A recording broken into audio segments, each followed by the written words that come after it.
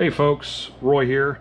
I just want to share with you what I'm doing currently with a couple of my kayaks and fish finders, depth sounders for them.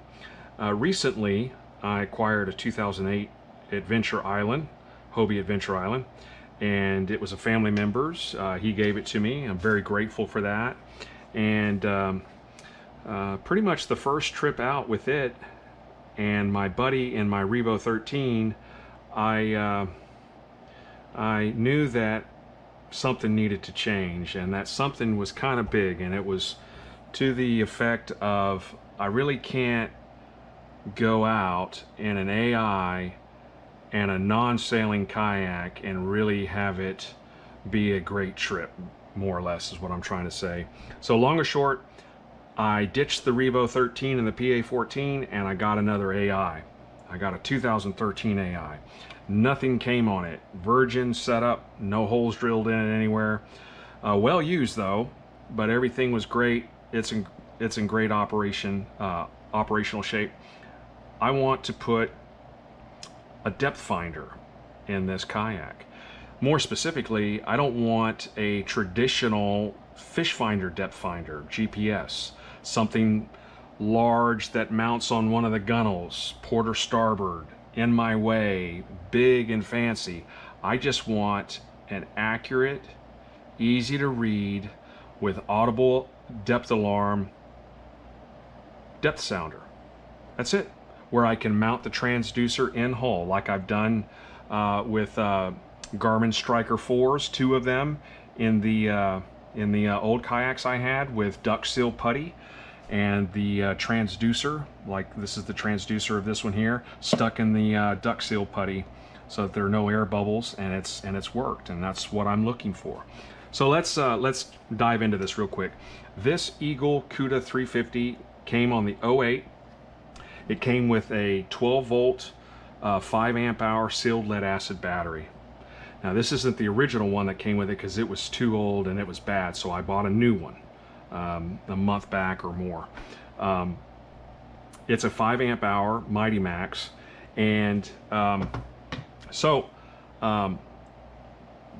did that and everything's working fine, and then I set out with trying to figure out what is my solution for something that's minimalist as far as just depth, and I settled on this Depth Tracks by Hawkeye, and we'll see if it works. I'm not here to review whether this is great or bad, but I have done some bench testing of this, and I think it's going to work.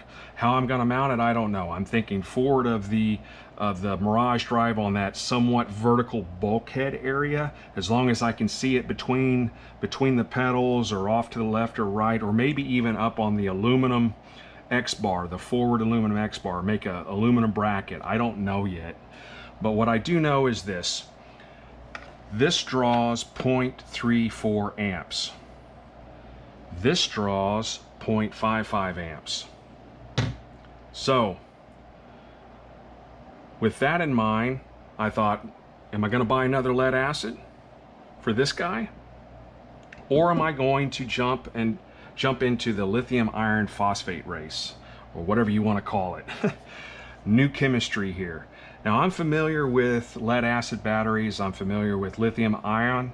I'm familiar with NiCad and nickel metal, the low voltage cutoffs for those. If you look here, this is my old Triton Smart Charger from 2005 or 4. I have it hooked up to my old 1999 Dell XPS computer power supply. Right around 2003 or 4, I gutted that Dell and took this power supply out and tapped into the 12 volt rails with banana plugs.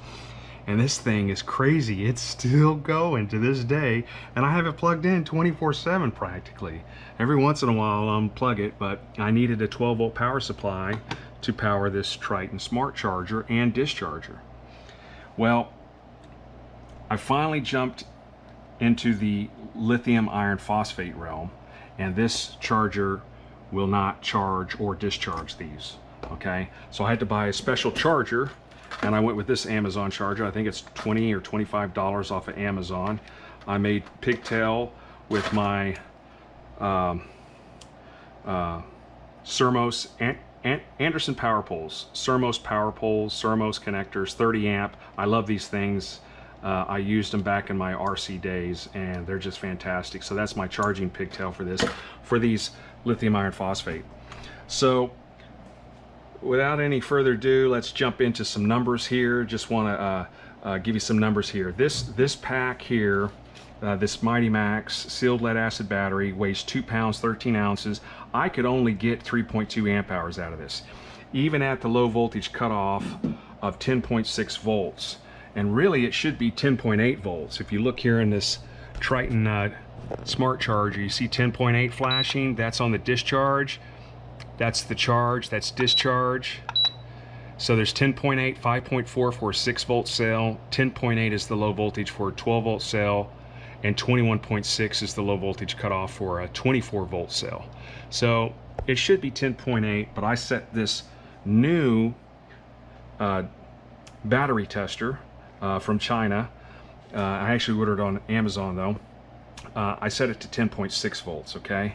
So what I want to do real quick here is explain to you how I did a capacity check of this 6 amp hour battery, which this one here, the K-Star, if you see the K-Star here, it's 6 amp hour, 12.8 volts, so it's a 12 volt pack, lithium iron phosphate. The K-Star is only 1 pound 9.3 ounces. The lead acid is 2 pound 13 ounces, almost 14, right? This one I was able to measure at a 0.2 C rate discharge, which is about 0.25 amps, several times. It took the average 5.83 amp hours. Well, it stated at 6, so I'm not all too happy about that. This one here is an 8 amp hour, and I was able to get 7.99 out of it, so I like this pack. But of course it weighs a little more, 1 pound 15.3 ounces instead of 1 pound 9.3 ounces. This was $30 from eBay. That was $25, which actually is a pretty good price for those packs, because it's not far off of the lead acid price. Lead acid price was only maybe $5 to $8 cheaper. And in some cases, like your interstate lead acids, they're actually the same price, maybe even a bit more. So, you know, your mileage might vary on how you shop. But anyway, I'm going to show you real quick here the reference amp through this conductor here is you know, 0.3 amps, roughly close, 0.28 amps, right? And I'm going to hook up, if I can find what I did with my charging pigtail here. I had it here in my hand. Where did it go? Damn it. You guys see where that went? I'm gonna plug this in. Here it is. Right. Yeah, here it is. So, see here, it's beeping, it's at low voltage. So, it's sensing less than 10.6 volts because there's not a voltage hooked up to it. In fact, even when I hook it up, it's gonna keep beeping until I start it again. So, the reference is 0.25 amps. Basically, we got to take that off of what this is set at. And if we go over here and plug this in, and I'm going to show you quickly here, I'm going to start the discharge back up, and the numbers are saved. At 0.34 amp draw, which is what this draws, I tested 0.34 amp, it ran until the low voltage cutoff 16 hours 18 minutes. 16 hours 18 minutes, okay? And now if you look here, we're running at 0.6 amps, 0.34, so the 0.25 plus 0.34, so it's correct. And furthermore, when this drops down to 10.6, it's going to go below 10.6, and then it's going to stop the discharge, which is great for a device like this. So my point here is, hey, let me do a test of what this would draw with this lighter weight pack, and how many hours can I run this continuously as kind of a bench test. And I can run this depth sounder for 16 hours 18 minutes roughly on this 6 amp hour pack. Well, here I have this guy. I'm no longer going to use lead acid with this guy. That's why I have the 8 amp hour for this guy. But how long can I run this on this 6 amp hour? And doing some calculations here, proportional calculations with the delta between 0.55 amps and 0.34 amps, which is 0.21 amps, I get a calculation of roughly 10 hours. I can run this 10 hours from this 6 amp pack. So with this 8 amp hour pack, I can go north of that, maybe even approaching close to the same amount of time that, see, there we go. Low voltage cutoff, it stopped. Now we're only measuring reference amps coming off of that conductor. So we're good. We know that it stops the discharging, which is good. It won't damage the pack. So that's all I wanted to share with you guys. I'm going to go with this, probably one of the lightest weight depth sounders only install option for this this other AI, and I'm going to use this pack here, and I'll try to link everything into the description. These are off of Amazon, these waterproof plugs. If you look here on the battery side, there's an O-ring there that's nice. It's a screw. There's a cap there that's, you know, this will be on the boat side, so this will be in the boat going to the depth finder, okay? And then what I'll end up doing as well is for the one that's in the boat to keep this from corroding or protect it from the elements, I'll take another one of these males, snip it off, because I have a package of them, plenty of them, and I'll use it as a cap so that it protects the boat side, the sounder side connector. Finally too, I don't know if I shared this with you guys, but this is another device I ordered off of eBay. It's 18 volt pack here. I've got several of these. It converts it to 12 volts. So it's 5 amp hours. Now this weighs 1 pound 10.9 ounces. So really close to the 1 pound 9.3 ounces is that of this.